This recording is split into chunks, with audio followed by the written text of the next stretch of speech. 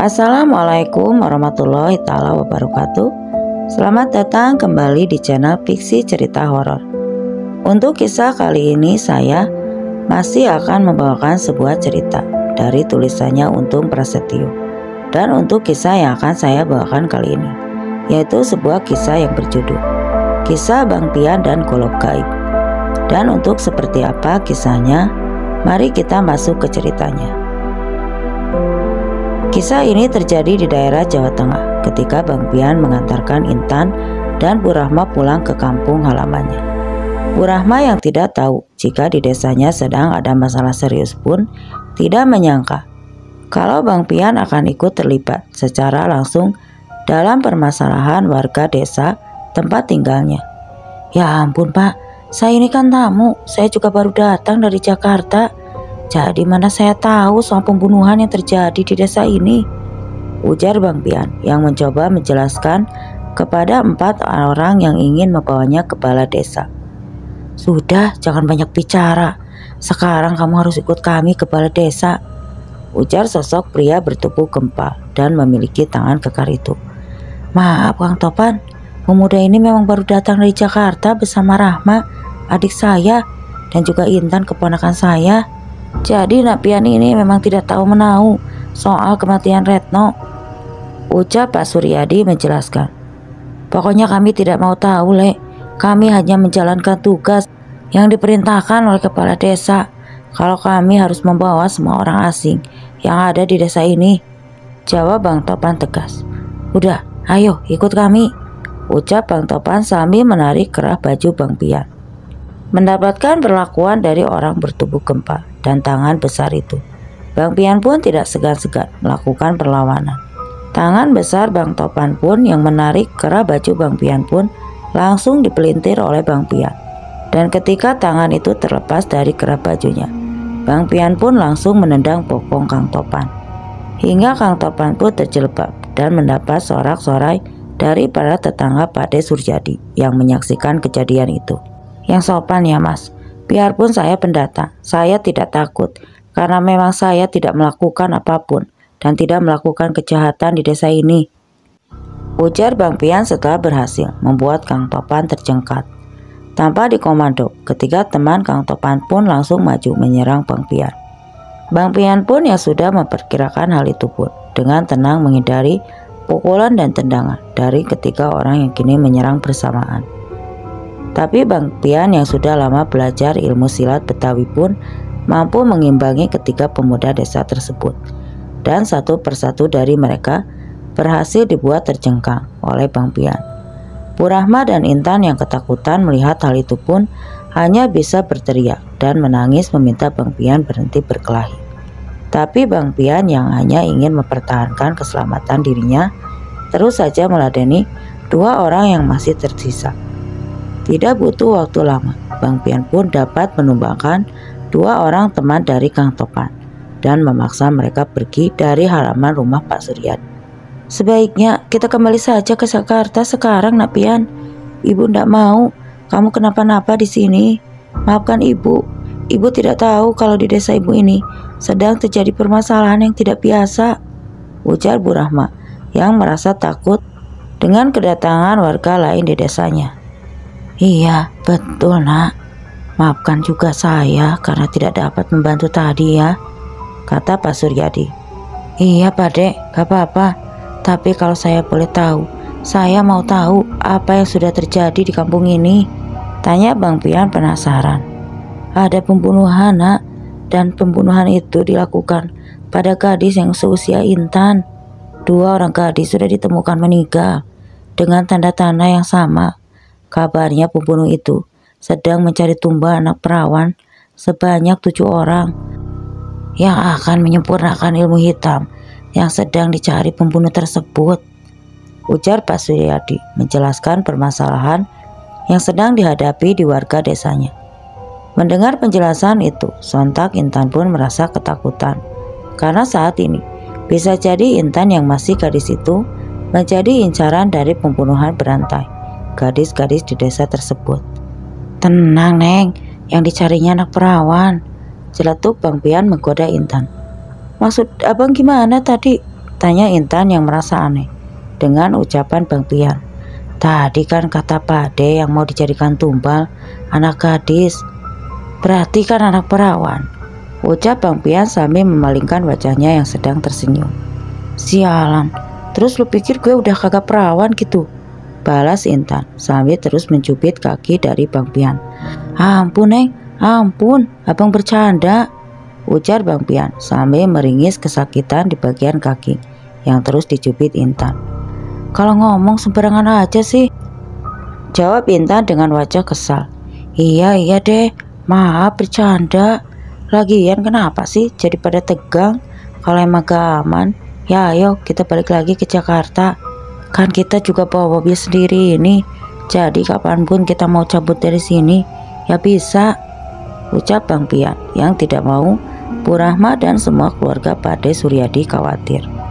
Tapi ngomong-ngomong, Napian ini hebat loh, bisa ngalahin 4 orang yang tubuhnya besar dengan seorang diri. Benar-benar hebat ini mah Napian, ucap Pade Suryadi. Saya mah cuma menjaga diri Pade, supaya saya gak kenapa-napa. Saya mah cuma orang biasa saja, gak bisa apa-apa, jawab Bang Pian sambil mengembuskan asap rokok kretek kesukaannya. Setelah berbincang cukup lama, tiba-tiba saja datang Pak Kades bersama dengan pamong desa lainnya ke rumah Pade Suryadi. Kedatangan Pak Kades dan pamong lainnya itu adalah tujuannya untuk bertemu dengan Bang Pian yang tadi telah mengajar 4 orang bawahannya yang dipercaya sebagai petugas keamanan di desa tersebut. Saya sebagai kepala desa di sini mau meminta maaf atas perlakuan Topan dan kawan-kawannya. Tapi semua itu dilakukan Topan demi menjaga desa ini supaya aman dan tidak lagi terjadi hal-hal tidak diinginkan, ujar Pak Kades kepada Pak Suryadi dan juga kepada Bang Pian tentunya. Gak apa-apa Pak Kades, mohon maaf juga, saya hanya membela diri tadi dan saya serta Bu Rahma dan Intan. Ini kan baru sampai di desa ini, jadi kami sudah tentu tidak tahu menahu soal kejadian yang sedang dialami desa ini, balas Bang Pian dengan tenang. Di desa ini sedang tidak baik-baik saja Mas, jadi sebaiknya kalian kembali ke desa kalian. Saya tidak mau sesuatu hal terjadi dengan orang yang berasal dari luar daerah kami, karena kami semua sepakat untuk menutup rapat apa yang sedang terjadi di desa ini, ujar Pak Kades menjelaskan kepada Bang Pian. Iya Pak Kades, saya juga sudah mengatakan hal itu kepada adik dan keponakan saya, kepada Napian yang sudah mengantarkan adik dan keponakan saya untuk mengunjungi keluarga di sini. Sepertinya besok mereka akan kembali ke Jakarta lagi Pak. Syukur kalau Mas Suryadi sudah menjelaskan apa yang sedang kita hadapi ini, dan memang sebaiknya Mas Pian ini segera saja kembali ke daerah asalnya untuk menghindari sesuatu yang tidak diinginkan, sambung Pak Lurah sambil tersenyum. Setelah berbincang-bincang hangat dengan Pak Kades dan juga pamong desa lainnya, Bang Pian pun merasakan kantuk yang membuat matanya begitu berat. Jam waktu itu menunjukkan jam 11 pagi ketika Pak Kades berpamitan untuk kembali ke balai desa. Bang Pian pun meminta izin kepada Intan untuk tidur terlebih dahulu sebelum mereka kembali melakukan perjalanan jauh untuk menuju ke kota Jakarta. Dalam tidurnya yang lelap, Bang Pian pun mulai bermimpi hal yang sangat mengerikan yang terjadi pada seorang gadis yang tidak dikenalnya sama sekali.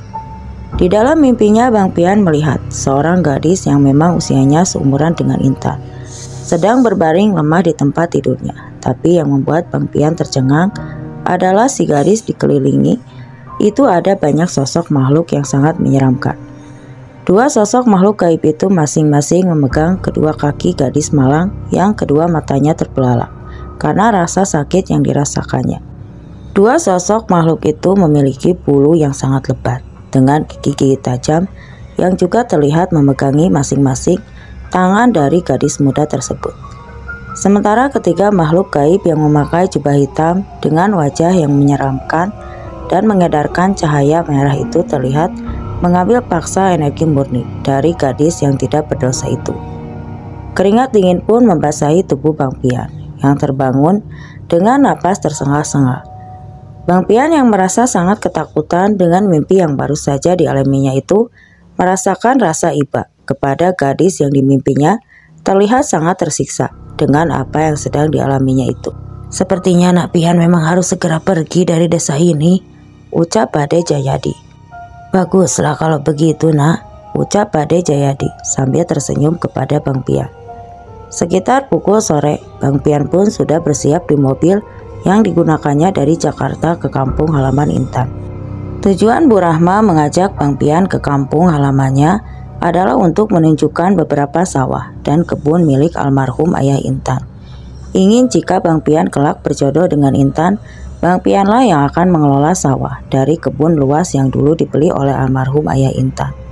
Tapi karena kondisi desa sedang tidak baik-baik saja, akhirnya Bu Rahma pun menunda semua itu dan memilih untuk kembali ke Jakarta agar terhindar dari bahaya yang bisa saja mengintai Intan saat itu. "Maaf ya Nak Pian, kita harus kembali ke Jakarta. Jadi ibu juga belum tahu di mana kebun dan sawah milik ayah Intan saat ini," ucap Bu Rahma sambil duduk di kursi mobil belakang kendaraan yang mereka tumpangi. "Iya Bu, gak apa-apa. Yang penting kita tidak terjebak dalam situasi sulit yang sedang terjadi di desa ini. Ingin mencalonkan diri dalam pemilihan kepala desa di sini loh Nak Pian. Tapi entahlah Bade Jayadi entah tetap mau maju atau tidak," ujar Bu Rahma menceritakan tentang kakak laki-lakinya itu. Setelah melewati gapura perbatasan desa dan sampai di tempat yang menurut Bu Rahma adalah tempat keramat, mobil Bang Pian pun dihadang oleh 3 orang yang kemarin sudah dikalahkan oleh Bang Pian. Dan ketika Bang Pian turun dari dalam mobilnya, tiba-tiba saja muncul Kang Topan dengan 3 orang lainnya dari arah belakang mobil Bang Pian. "Buset, kalau ini mah kagak ngelawan dah tuh orang," bisik Bang Pian dalam hatinya. "Saat ini tidak ada lagi perkelahian. Saya cuma mau membicarakan sesuatu sama sampean, Mas," ucap Bang Topan yang membuat Bang Pian merasa lega. "Sekarang sampean, Bu Rahma dan Intan ikut saya ke rumah seseorang dan mobil sampean biar dibawa sama teman saya dulu, Mas," imbu Kang Topan yang membuat Bang Pian curiga. "Kalau sampean mau bicara di sini saja, Mas. Kagak perlu itu ke rumah seseorang yang sampean maksud," ucap Bang Pian tegas. "Saya tidak bisa menjelaskan panjang lebar di sini, Mas. Sebaiknya sampean menuruti apa yang kami minta," ujar Kang Topan dengan tenang. "Jadi kayaknya kita harus berkelahi lagi, Mas," Bang Pian dengan wajah kesalnya. Tapi Bang Pian yang tidak siap menghadapi serangan yang tiba-tiba datang dari arah belakangnya harus tersungkur dan hilang kesadarannya ketika seorang teman dari Kang Topan memukul bagian tengkuk Bang Pian. Bu Rahma dan Intan pun saat itu hanya bisa pasrah dan mengikuti apa yang diminta oleh Kang Topan dan kawan-kawannya. Keduanya pun lalu mengikuti Kang Topan dan 3 orang lainnya berjalan melalui jalan setapak menuju ke rumah orang yang dimaksud oleh Kang Topan. "Tadi kenapa kalian melakukan hal ini kepada kami? Apa salah kami, Mas?" ujar Intan yang tiba-tiba terduduk dan menghentikan langkahnya. "Kalau kami cerita di tempat tadi, kalian tidak akan mempercayainya dan harapan kami untuk meminta kekasihmu itu untuk membantu kami pasti akan gagal," ujar Kang Topan yang langsung menghentikan langkahnya. "Kita mau dibawa kemana, Nak Topan? Apa sebaiknya kita tidak kembali ke rumah Pak Jayadi saja?" sahut Bu Rahma, masih merasa tenang dengan apa yang dilakukan Topan dan kawan-kawannya tersebut. "Nanti akan saya ceritakan secara gamblang, Bude. Sebaiknya Bude dan Intan terus berjalan saja sebelum langit gelap, karena nanti malam akan banyak teror-teror dari makhluk gaib yang sudah 3 hari menghantui desa ini," balas Bang Topan yang sambil tersenyum ke arah Bu Rahma. "Dasar orang aneh, kalian itu tuh sudah jelas melanggar hukum. Kalian tuh sudah secara terang-terangan menculik kami loh, Mas," ucap Intan yang merasa kesal dengan Kang Topan. "Nanti kamu juga akan tahu, Intan. Aku dan teman-temanku gak mungkin menyakiti kamu dan juga ibumu. Tapi kami hanya mau meminta bantuan kepada kekasihmu itu untuk menghadapi masalah di desa ini," seru Kang Topan yang mencoba membantu Intan berdiri kembali. "Saya sepertinya gak asing loh, Mas, sama wajah sampean. Tapi saya tuh lupa sampean tuh siapa," ucap Bu Rahma sambil terus berjalan mengikuti Bang Topan, menyusuri jalan setapak untuk menuju ke rumah seseorang yang dimaksud oleh Bang Topan. "Saya Topan, Bude, anaknya Pak Teguh." Bu Rahma mencoba mengingat-ingat dengan keras. Siapakah sosok orang yang dimaksud oleh Topan? Teguh. Aduh, saya lupa Mas, siapa? Coba deh, saya ingat-ingat dulu. Sambung Bu Rahma yang masih berusaha mengingat siapa itu Teguh, yang memang nama itu tidak asing di telinganya. Sekitar pukul 6 sore, Kang Topan yang membawa Intan dan juga Bu Rahma pun akhirnya sampai di rumah seseorang yang dimaksud oleh Kang Topan. Di sebuah rumah joglo yang bersih dan asri. Sementara itu Bang Pian yang masih belum sadarkan diri sudah terbaring di sebuah dipan yang ada di depan rumah tersebut. Topan, disuruh bicara baik-baik malah dibuat pingsan, ujar seorang laki-laki parubaya yang mencoba menyadarkan Bang Pian. "Loh, sampean ini kan?" celetuk Bu Rahma yang baru masuk ke dalam rumah joglo yang terasa sejuk itu. "Walah, Mas Teguh." Ibu Rahma yang terkejut ketika bertemu dengan sosok orang yang selama ini adalah teman baik dari suaminya. "Iya Dik, aku Teguh dan ini Topan anakku," balas Pak Teguh sambil menatap ke arah Topan. "Maafkan kami Dek kalau sudah membuat kalian tidak nyaman, tapi kami membutuhkan pemuda ini untuk membantu masalah yang ada di desa ini." "Apa yang sebenarnya terjadi di desa ini Pak, sehingga anak Bapak tega menyakiti calon suami saya?" ujar Intan yang merasa kesal dengan yang dilakukan Kang Topan bersama teman-temannya. "Iya Nak Intan, Pak Le minta maaf, nanti Pak Le jelaskan ya. Sekarang kalian beristirahat dulu," balas Pak Teguh dengan tenang. Tidak lama kemudian Bang Pian pun tersadar dan bangun dari tidurnya sambil memegangi bagian tengkuknya yang masih terasa sakit. Bang Pian yang merasa kesal bercampur bingung pun mengedarkan pandangannya ke sekitar sambil terus mengusap-ngusap bagian tengkuknya. "Sialan banget dah, beraninya dari belakang, lu pada kurang ajar," Bang Pian bergumam ketika mendapati Topan ada di hadapannya. "Maafkan kami Bang, kami hanya ingin membicarakan masalah yang ada di desa kami," ucap Bang Topan sembari mendekat ke arah Bang Pian. "Saya sudah tahu masalah yang kalian hadapi," ujar Bang Pian yang lalu mengambil teh hangat yang ada di depan meja ruang tamu tempat Bang Pian berada. "Alhamdulillah Abang udah sadar Bang, Abang gak apa-apa kan?" seru Intan sambil membawa nampan berisi makanan. "Gak apa-apa Neng, cuma masih sedikit pusing saja," jawab Bang Pian yang sambil merongos saku jaketnya untuk mengambil rokok di dalam saku jaketnya. "Kata Abang, tadi Abang sudah tahu permasalahan yang kami hadapi. Bagaimana Abang bisa tahu Bang?" tanya Bang Topan penasaran. "Mau tahu atau mau tahu banget?" ujar Bang Pian sambil menyulut rokok yang sudah ada di bibirnya. Mendengar jawaban itu Bang Topan pun hanya menggelengkan kepalanya sambil tersenyum. Lalu Bang Topan pun pergi dari ruangan itu dan masuk ke dalam rumahnya untuk memanggil seseorang yang sedari tadi ada di dalam rumah joglo besar itu. Malam pun semakin larut. Bang Pian yang masih bersama Intan dan juga Bu Rahma terus berbincang tentang apa yang sedang mereka hadapi ini. Bu Rahma mengatakan kepada Bang Pian jika mobil yang mereka gunakan dari Jakarta menuju ke kampung halamannya itu sekarang berada di tempat aman dan dijaga oleh pemuda desa lain yang ikut bahu-membahu untuk menyelesaikan permasalahan yang dihadapi di desa mereka. "Apa benar Nak Pian tahu apa yang sedang terjadi di desa ini? Dari mana Nak Pian tahu tentang semua itu?" ucap Bu Rahma yang penasaran juga saat mendengar pembicaraan Bang Pian tadi. "Sebelum kita pergi dari rumah Pak Dek Suryadi tadi, saya bermimpi Bu, melihat seorang gadis yang disiksa dan dikelilingi oleh makhluk gaib. Di akhir mimpi itu saya melihat," ucap Bang Pian yang sedikit berat menceritakan mimpi apa yang dialaminya tadi siang itu. "Nak Pian melihat apa?" tanya Bu Rahma yang penasaran. "Kalau cerita itu kenapa sih Bang? Jangan sepotong-sepotong, bikin orang penasaran saja, apa sih?" ucap Intan sebal dengan kelakuan kekasihnya itu. "Penasaran kali, kenapa jadi penasarin?" jawab Bang Pian sambil tersenyum. "Iya penasaran, emangnya Abang lihat apa sih?" Di dalam mimpi abang itu, tanya Intan dengan wajah kesal. Abang melihat Pak De Suryadi, Neng. Pak De Suryadi ada di antara makhluk gaib yang mengelilingi gadis itu, ucap Bang Pian sambil menundukkan wajahnya. Jadi maksudnya Pak De Suryadi terlibat dalam masalah besar yang terjadi di desa ini, begitu Napian? Tanya Bude Rahma dengan wajah yang terkejut.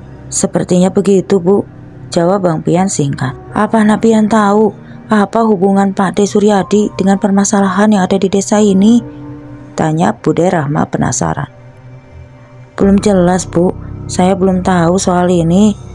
Makanya dari itulah Mas Topan dan teman-temannya membawa kita ke sini, jawab Bang Pian menjelaskan kepada Bu Rahma. Setelah perbincangan Bang Pian, Bu Rahma dan Intan, datanglah Pak De Teguh, Bang Topan, dan Pak Kades, juga serta beberapa orang lainnya. Dan ada juga sesepuh desa yang dari auranya membuat Bang Pian merasa segan dengan orang tersebut. Sebelumnya maafkan atas kelancaran kami ini, Bu Rahma. Terus terang, kami tidak bermaksud menyakiti siapapun di sini, termasuk Bu Rahma, Nak Intan, dan juga Nak Pian. Tapi kami memang membutuhkan kalian untuk menangkap teror dari makhluk-makhluk gaib yang sudah 3 hari terjadi. Dan teror itu diyakini berasal dari rumah Mas Suryadi, ujar Pak Lurah yang sontak membuat Bu Rahma terkejut.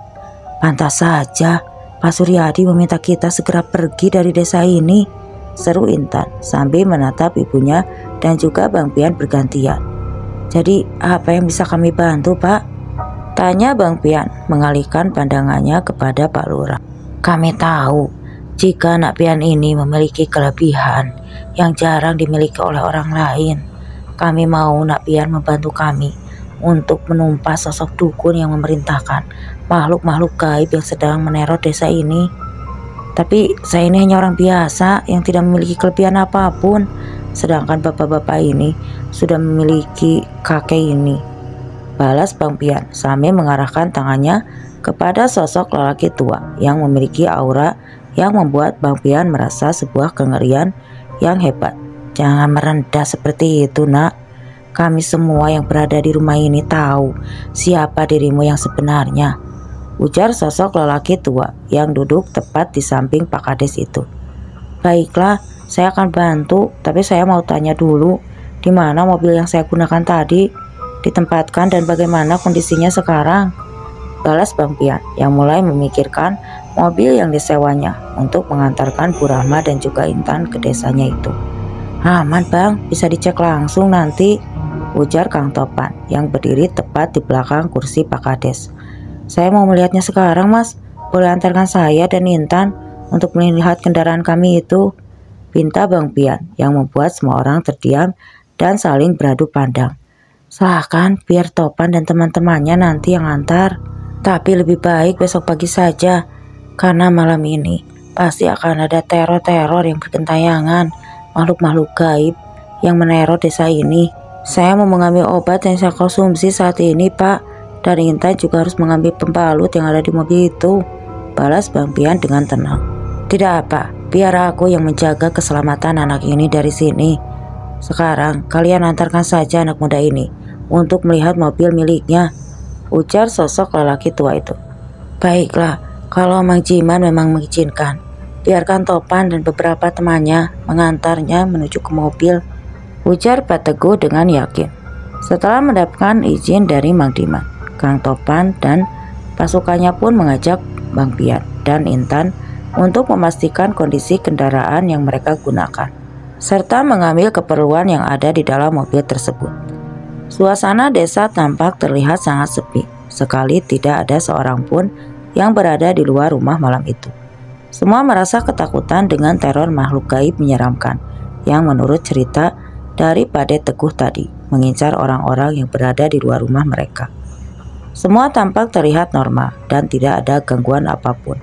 Dalam perjalanan dari rumah Pak Teguh menuju tempat mobil Bang Pian berada, Bang Pian yang saat itu langsung membentengi dirinya dengan pagar gaib yang telah dia perisai pun terlihat terus mengedarkan pandangannya ke arah sekitar sambil terus menggandeng tangan Intan.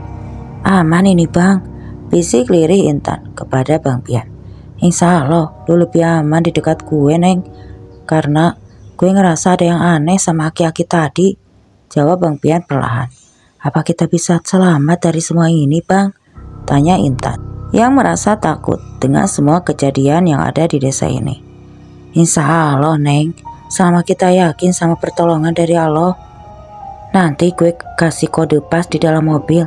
Lu tenang aja, jangan buat orang-orang ini curiga ya, jawab Bang Pian sambil terus menatap ke arah Kang Topan yang berjalan tepat di depannya. Abang mau ngapain di dalam mobil nanti? Tanya Intan semakin erat menggenggam tangan kekasihnya itu. Abang mau melepas sukma abang dan abang akan mencari tahu apa yang sebenarnya terjadi antara Pak Kades dan Pak Suryadi, balas Bang Pian perlahan. Sesampainya mereka di tempat, Kang Topan dan teman-temannya memarkirkan mobil yang digunakan Bang Pian itu. Itu Kang mobilnya. Topan pun langsung memberikan kunci mobil itu kepada Bang Pian. Bang Pian pun segera masuk ke dalam mobil dan duduk di bangku bagian paling depan, di balik kemudi kendaraan roda 4 tersebut. Bang Pian yang sudah merencanakan sesuatu pun segera meragas sukma setelah sebelumnya memagari sekeliling mobil tempatnya berada saat itu.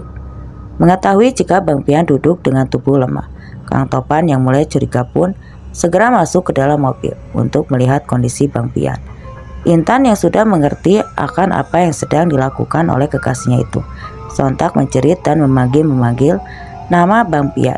Keadaan pun mulai kacau ketika Intan terus-terusan menangis seolah telah kehilangan Bang Pian, dan hal itu tentu membuat Kang Topan dan kawan-kawannya menjadi semakin bingung dibuatnya. Sementara itu, sukma Bang Pian yang sudah terlepas dari raganya segera mencari rumah yang awalnya mencurigai keluarga dari Bu Rahma itu. Rupanya telah mengetahui apa yang sebenarnya telah terjadi di desa itu. Ketika Bang Pian telah dapat menemukan rumah Pak Suryadi, dan Bang Pian pun segera melesat dan ingin masuk ke dalam rumah yang terlihat sangat sederhana itu. Tapi sepertinya Pak Suryadi pun telah memasang pagar gaib untuk melindungi keluarganya. Selain memasang pagar gaib, Bang Pian pun juga melihat sepasang golok panjang yang terus memutari mengelilingi area rumah Paman Intan tersebut. Dan mau tidak mau, Bang Pian pun harus meredam kekuatan dari sepasang golok tersebut untuk bisa menembus pagar gaib yang sudah dipasang oleh Pak Suryadi sendiri. Bismillahirrahmanirrahim, ucap sukma Bang Pian yang melayang memutari rumah Pak Suryadi. Tanpa disangka-sangka, golok yang tadinya berputar-putar tidak tentu arah pun kini hanya terlihat diam tidak bergerak, dan keduanya terlihat menghadap ke arah Bang Pian. Sepasang golok yang tadi terlihat berputar liar itu sekarang perlahan bergerak ke arah Bang Pian dan berhenti tepat di hadapan Bang Pian. Perlahan-lahan sepasang golok tersebut kemudian menyatu dan beralih menjadi sosok pemuda bertubuh tegap dan terlihat gagah itu. Sosok pemuda yang berasal dari dua bilah golok itu menatap tajam ke arah sosok Bang Pian sebelum melesat masuk ke dalam rumah Pak Suryadi. Setelah itu tidak lama, Pak Suryadi pun keluar dari dalam rumahnya. Pak Suryadi pun terlihat membuka pintu rumahnya dan terus menatap ke atas tempat di mana Bang Pian berada. Kamu masih berada di sini, Nak Pian? Tanya Pak Suryadi yang menatap ke arah atas di mana sukma Bang Pian berada. Tadi kami dihadang oleh Bang Topan dan teman-temannya, Pak De. Sekarang Bu Rahma ada di rumahnya Pak Teguh dan Intan berada di mobil bersama tubuh saya, ucap Bang Pian menjelaskan dengan singkat. Teguh, apa mungkin dia biang keladi dari teror yang ada di desa ini? Tanya Pak Suryadi yang masih merasa bingung. Sepertinya ada yang mencegah langkah Pak De untuk mencalonkan diri menjadi kepala desa sehingga menebarkan teror dan akan menjadikan Pak De sebagai pelaku dari semua teror ini, termasuk kematian gadis yang memang dijadikan tumbal untuk mereka mendapatkan kekuatannya, ujar Bang Pian dari atas. Malam ini juga kita tuntaskan permasalahan ini, Pak De, sebelum fitnah keji itu menyebar dan menimpa Pak De, ibu Bang Pian, yang langsung melesat pergi. Sesampainya sukma Bang Pian di tempat mobil yang terparkir di halaman sebuah rumah besar itu, Bang Pian tidak lagi mendapati tubuhnya ada di mobil yang digunakannya tersebut. Bang Pian pun segera melesat mencari keberadaan tubuhnya, karena kini energinya telah banyak berkurang akibat ilmu raga sukma yang sedang dilakukannya itu. Tidak jauh dari mobil itu berada, Bang Pian pun mendapatkan rombongan Kang Topan dan juga Intan, serta tubuhnya yang sedang digendong oleh seseorang. Tanpa pikir panjang lagi, Bang Pian pun segera masuk ke dalam tubuhnya tersebut, lalu menepuk-nepuk pundak orang yang menggendongnya, memintanya untuk berhenti. "Lah, kenapa saya digendong-gendong kemana-mana ini?" seru Bang Pian yang sontak membuat Intan tersenyum, lalu menghampirinya. "Abang pingsan tadi. Emang abang lihat apa? Kok abang tiba-tiba pingsan?" tanya Intan sambil memegangi tangan kekasihnya itu. "Abang lihat nenek-nenek, Neng.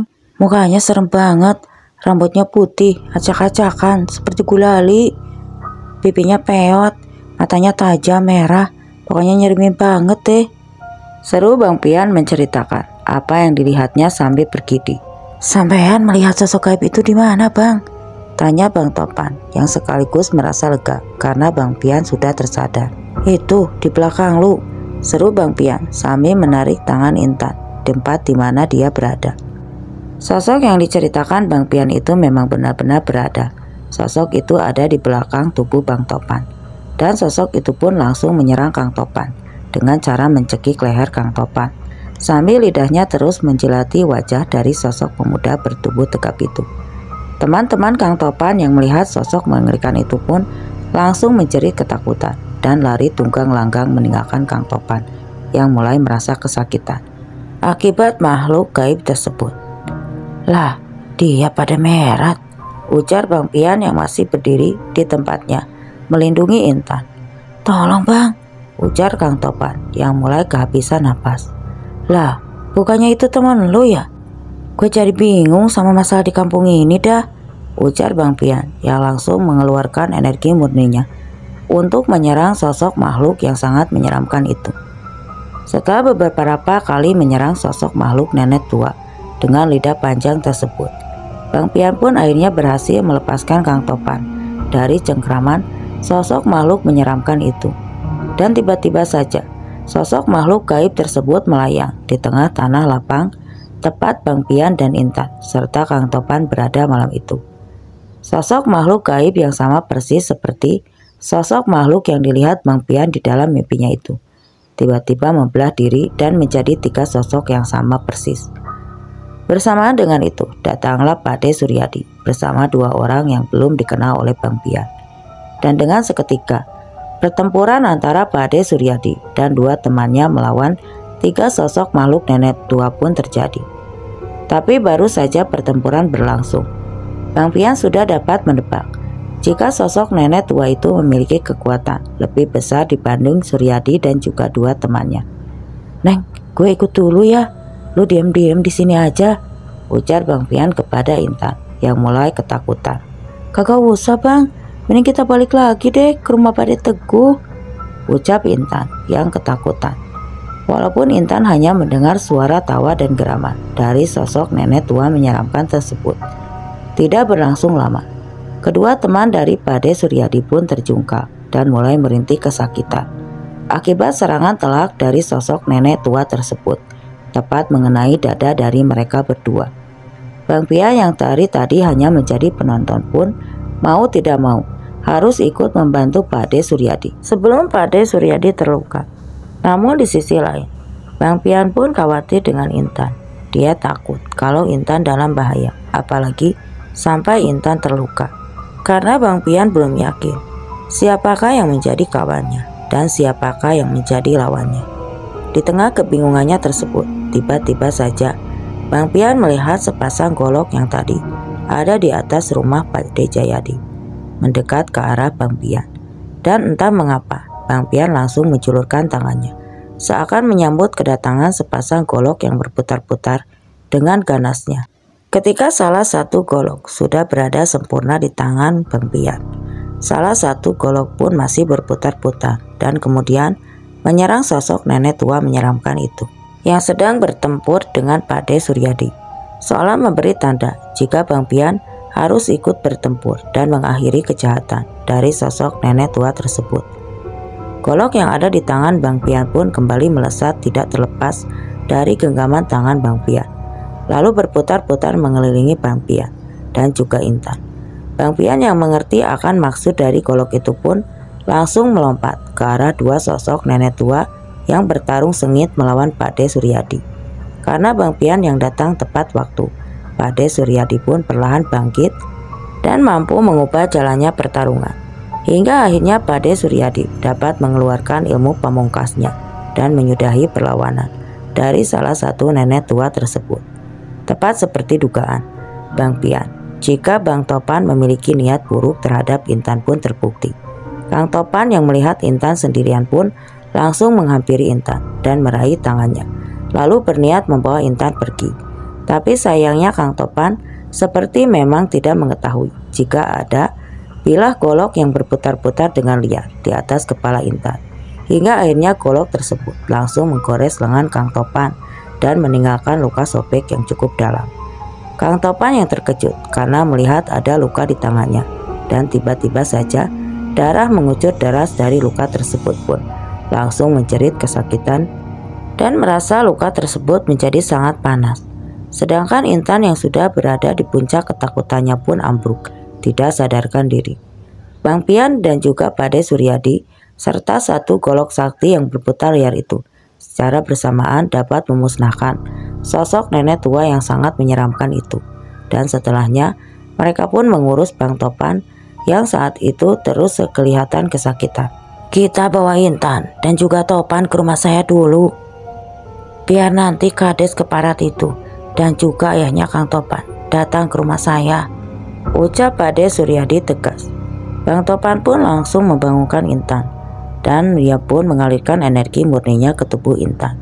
Dan tidak lama setelah itu Intan pun dapat tersadar dan langsung memeluk tubuh Bang Pian. Setelah itu Pak De Suryadi dan kedua orang temannya pun membawa Kang Topan yang masih merintih kesakitan dan Bang Pian serta Intan lalu mengikuti langkah mereka menuju ke rumah Pak De Suryadi. Sesampainya mereka di rumah Pak De Suryadi, Kang Topan yang terus merintih kesakitan pun meminta kepada Bang Pian untuk menyembuhkan luka di tangannya. Tapi karena Bang Pian tidak tahu menahu cara menyembuhkan luka tersebut, Bang Pian pun menolak keinginan Bang Topan dengan cara halus. Lah saya mah gak bisa apa-apa mas. Lah memangnya kenapa? Tangan sampean kok bisa tepuk begitu? Tanya Bang Pian yang tidak tahu kalau golok yang melindungi Intan lah yang tadi melukai tangan Bang Topan. Mas Topan tadi hampir menyeret Intan dan membawa Intan pergi bang. Tapi entah kenapa tiba-tiba saja tangan Mas Topan berdarah, sahut Intan yang duduk bersamping istri Pak De Suryadi. Ya udah, sekarang begini dah, ceritakan yang sebenarnya apa yang terjadi di kampung ini, biar saya tidak bingung ini. Cepat ceritakan Pan, biar nanti luka di tanganmu itu cepat diobati oleh Napian, sahut Pak De Suryadi yang membuat Bang Pian terkejut. Baik Pak, saya akan menceritakan semua yang saya tahu, kata Kang Topan sambil merintih kesakitan. Semuanya berawal dari pemilihan kepala desa yang akan diadakan beberapa minggu lagi Bang. Ada 3 calon kepala desa yang akan mengikuti pemilihan kepala desa di sini. Salah satunya Pak De Suryadi dan lawannya adalah Pak Kades sendiri, serta satu peserta lagi yang bernama Mas Parman. Masing-masing pihak dari calon kepala desa ini mencurigai kematian 2 gadis desa yang terjadi dalam waktu yang berdekatan, serta memiliki tanda-tanda yang sama pada kematiannya, jelas Bang Topan. Lalu makhluk gaib peliharaan siapa yang tadi itu? Nenek-nenek tua yang hampir mencelakai sampean tadi? Saya sama sekali nggak tahu bang, saya itu bukan ahli dalam hal-hal gaib, jawab Bang Topan sambil terduduk lesu. Kuncinya ada pada nenek-nenek tua tersebut Pak De, yang tadi kita musnahkan. Karena di dalam mimpi saya melihat yang menyiksa gadis berambut panjang dan berkulit kuning langsat bernama Tari, ucap Bang Pian yang membuat Pak De Suryadi dan Kang Topan merasa terkejut. Loh, kamu kok bisa tahu kalau gadis yang meninggal itu bernama Tari, Napian? Tanya Pak De Suryadi yang merasa penasaran. Sewaktu siang itu Pak De, saya bermimpi bertemu Tari dan juga Saya dibawa ke masa di mana waktu tari disiksa oleh nenek-nenek tersebut. Nenek-nenek kembar 3 tadi, ujar Bang Pian menjelaskan dengan serius. Bang, gimana keadaan ibu sekarang bang? Apa ibu baik-baik saja? Tanya Intan yang membuat Bang Pian tepuk kening. Astagfirullah, lo lupa sama calon mertua lo sendiri? Tanya Pak De Suryadi. Aduh, gimana ini Pak De? Membuat Pak De Suryadi tersenyum melihat tingkah Bang Pian. Insya Allah adik saya akan baik-baik saja bersama Pak Teguh. Karena yang saya tahu, Pak Teguh itu begitu menyayangi adik saya, ucap Pak De Suryadi sambil tersenyum. Alhamdulillah kalau begitu mah deh. Ya udah, mendingan sekarang kita cari dulu siapa yang memiliki sosok makhluk tua nenek-nenek tersebut itu, ujar Bang Topan yang membuat semua orang terdiam. Ya sudah, kita obati dulu deh tangan Mas Topan itu. Kasihan dia sampai bengkak begitu tangannya, ucap Bang Pian sambil menatap Pak De Suryadi. Coba deh kamu panggil golok itu nak, ucap Pak De Suryadi yang membuat Bang Pian menjadi kebingungan. Golok gaib, gimana cara manggilnya Pak De? Saya kan belum kenalan sama dia, ujar Bang Pian kepada Pak De Suryadi. Nama golok gaib itu adalah Wiratungga. Panggillah golok gaib itu dengan batinmu dan suruh golok itu untuk mengobati luka dalam yang ada di tangan Topan, jelas Pak De Suryadi menjelaskan. Bang Topan yang sebenarnya tidak begitu mengerti dengan maksud dari Pak De Suryadi pun itu segera melakukan apa yang dikatakan oleh orang yang rendah hati itu. Dan keanehan pun terjadi ketika Bang Pian memanggil sosok Wiratungga 3 kali. Sosok pemuda bertubuh kekar dengan ikat kepala putih itu duduk di samping Bang Pian, dan Bang Pian pun segera meminta sosok yang bernama Wiratungga itu untuk mengobati lengan dari Kang Topan yang terluka cukup dalam tersebut. Kejadian yang membuat semua orang kebingungan adalah ketika luka di lengan Kang Topan tiba-tiba rapat dan menghilang, seolah tidak pernah terjadi luka di lengan kanannya tersebut. Setelah sosok gaib Wiratungga mengusap bagian lengan yang terluka itu, dan setelah menyembuhkan luka dari Kang Topan, sosok Wiratungga pun berkata kepada Bang Topan bahwa mulai malam ini dia akan ikut kemanapun Bang Pian pergi, dan disampaikan langsung oleh Wiratungga dan tidak ingin jika Bang Pian menolaknya. Sepertinya kau memang berjodoh dengan keluarga ini nak Pian, ujar Pak Suryadi yang sudah tahu jika Wiratungga telah memilih tuannya, dan segeralah kau nikahi Intan supaya sempurna hubungan keluarga ini dengan dirimu, imbu Pak Suryadi yang membuat Intan tersipu malu. Iya Pak De, insya Allah secepatnya saya akan melamar Intan dan menikahinya. Tapi sekarang mari kita sama-sama cari siapa dalang dibalik semua peristiwa yang ada di desa ini, balas Bang Pian dengan wajah yang serius. Apa jangan-jangan Mbah Jiman ya, ucap Topan yang membuat Pak De Suryadi terkejut. Lah, ada apa Jiman tiba-tiba datang ke desa ini? Jawab Pak De Suryadi yang wajahnya tiba-tiba saja berubah tegang. Lah, bukannya dia datang sama ya sampean bang, ucap Bang Pian. Bapak saya itu sebenarnya ingin jadi penengah dari masalah ini bang, jawab Bang Topan. Tapi saya bingung, kenapa tiba-tiba Pak Kades datang bersama orang tua yang terlihat mengerikan itu, dan kenapa sosok yang sangat menyeramkan tadi menyerang saya jika Mbah Jiman ada di pihak Pak Kades, sedangkan jelas saya dan ayah saya itu berada di pihak Pak Kades yang mendukung kembali menjadi kepala desa, ucap Bang Topan yang dengan sedikit kebingungan. Sepertinya memang sengaja ada yang mengadu domba orang-orang yang akan mencalonkan diri menjadi kepala desa di desa ini Mas Topan, balas Pak De Suryadi. Ketika mereka masih meraba-raba soal siapa dalang dibalik permasalahan yang ada di desanya, tiba-tiba saja Pak De Suryadi dan semua orang dikejutkan oleh teriakan dari arah luar yang memanggil nama Pak De Suryadi secara terus-menerus.